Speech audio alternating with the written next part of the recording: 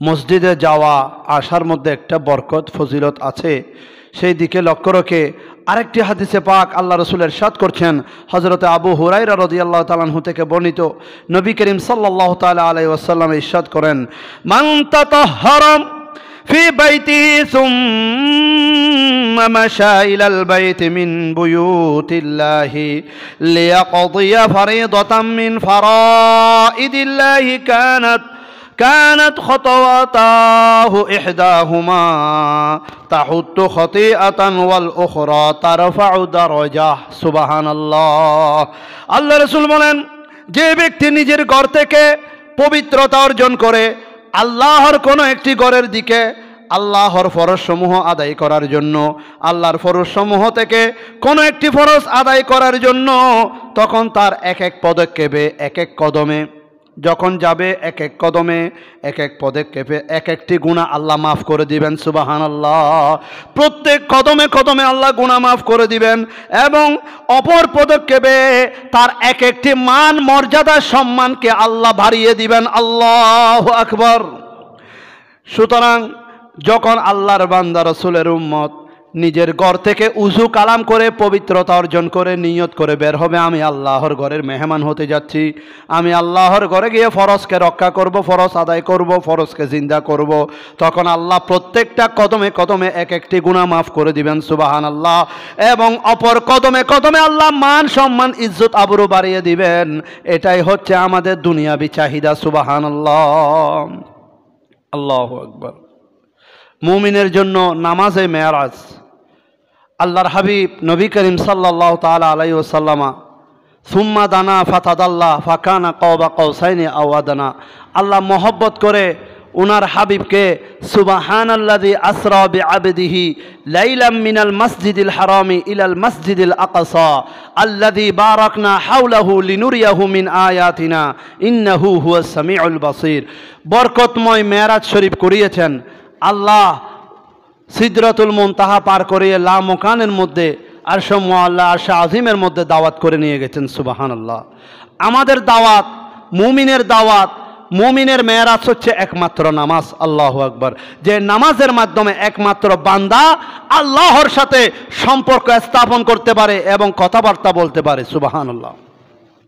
প্রিয় হাজিরিন, হযরত জাবের রাদিয়াল্লাহু তাআলা থেকে বর্ণিত, তিনি বলেন, মসজিদে নববীর চারপাশে কিছু খালি জায়গা ছিল। বনি সালেমা গোত্র সেই জমিগুলো কিনে নেয়। মসজিদের কাছে স্থানান্তর হতে চাইলে মসজিদের পাশে, ওই মসজিদে নববীর পাশে কিছু জায়গা ছিল, খালি জায়গা, এগুলি কিনে নেয়। কোন গোত্র? বনি সালেমা গোত্র।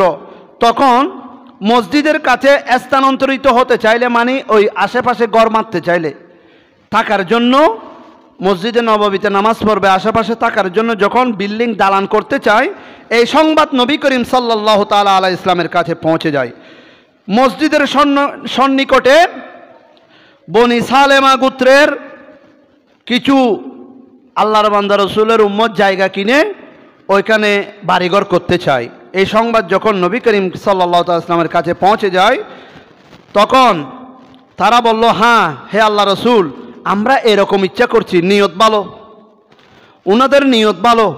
আল্লাহ রসুলকে বলছেন, হ্যাঁ আল্লাহ রসুল, আমরা এই নিয়তে, এই উদ্দেশ্যে এখানে বাড়িঘর নির্মাণ করতে চাই। তিনি বলেন, ইয়া বানি সালিমাতা দিয়ারকুম তুকতাবু আসারুকুম দিয়ারকুম তুকতাব আসারুকুম। হে বনি সালেমা, আমার নবীর ইরশাদ, আমার নবী বলছেন, হে বনি সালেমা, তোমরা তোমাদের নিজের বর্তমান স্থানেই অবস্থান করো। সুবহানাল্লাহ। তোমরা বর্তমানে নিজেদের যেখানে বাড়িঘর আছে সেখানেই কি করো? অবস্থান করো, সেখানে থাকো।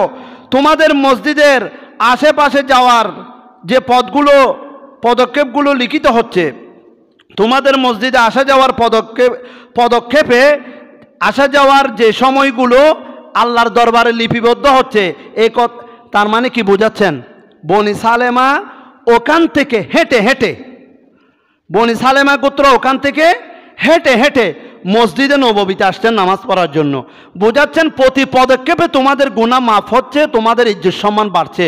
তোমরা যদি মসজিদে নববীর পাশে যদি ঘর বাঁধো, তাহলে এই কদমটা কমে যাবে, আসা যাওয়ার দূরত্বটা কমে যাবে। তাহলে কমে যাওয়া মানে গুনাহ মাফ হয়ে যাওয়ার সুযোগও কমে যাওয়া, মান সম্মান বৃদ্ধি করার যে ফজিলত সেটাও কমে যাওয়া। সেই জন্য বলছেন যেখানে আছো সেখানে অবস্থান করো, সেখান থেকে হেঁটে আসো, এখানে কাছে আসার দরকার নাই। তারা চেয়েছেন মসজিদে নববী শরীফের আশেপাশে এসে গড় বেঁধে যেন কাছে থেকে কাছে নামাজ আদায় করতে পারেন। নিয়ত ভালো ছিল, কিন্তু আমার নবী করিম সাল্লাল্লাহু তাআলা ইসলাম ফজিলত থেকে বঞ্চিত হবে বলে যেখানে আছো সেখানেই থাকো, সেখান থেকে হেঁটে আসো। সুবহানাল্লাহ। এটা মসজিদে আসা যাওয়ার ফজিলতের বর্ণনার হাদিস। প্রিয় হাজিরিন, এখানে আরো অসংখ্য মসজিদে আসা যাওয়ার, পায়ে হেঁটে আসা যাওয়ার ফজিলত সম্পর্কে রয়েছে। রাসূল আকরাম সাল্লাল্লাহু তাআলা সাল্লাম একটা সুসংবাদ দিচ্ছেন। হযরতে বুরাইদা রাদিয়াল্লাহু তাআলা আনহু নবী করিম সাল্লাল্লাহু তাআলা সাল্লাম থেকে বর্ণনা করেন, তিনি বলেন বাশশিরিল মাশাইনা ফিয যুলামি ইলাল মসজিদি বিনূরি তাম্মি ইয়াউমাল কিয়ামাহ। সুবহানাল্লাহ। অন্ধকারে পায়ে হেঁটে মসজিদে আগমনকারীকে কিয়ামত দিবসে পরিপূর্ণ নূরের আলোর সুসংবাদ দেওয়া হবে। সুবহানাল্লাহ। কষ্ট করে গ্রামে গঞ্জে এমন মসজিদ আছে এখনো পর্যন্ত, যেখানে দূর থেকে অন্ধকারে বিতসংকুল রাস্তা দিয়ে ভয়ঙ্কর জীব জন্তু জানোয়ার, সাপ বিচ্ছু এই জাতীয় হিংস্র পশু পাখি পথে বসে থাকতে পারে। এরকম বনাঞ্চল বেশি, গ্রাম অঞ্চল, রাস্তাঘাট রোডঘাট ভাঙ্গা, এরকম জীর্ণশীর্ণ রাস্তা দিয়ে এখনো হেঁটে হেঁটে মসজিদে যায়, যে এরকম গ্রাম আছে। বলতেছে এরকম যারা অন্ধকার রাস্তা দিয়ে হেঁটে হেঁটে মসজিদে আসবে তাদেরকে সুসংবাদ দাও, কিয়ামতের দিবসে জান্নাতে যাওয়ার জন্য তাদের জন্য আলোর ব্যবস্থা করা হবে। সুবহানাল্লাহ। আল্লাহু আকবার।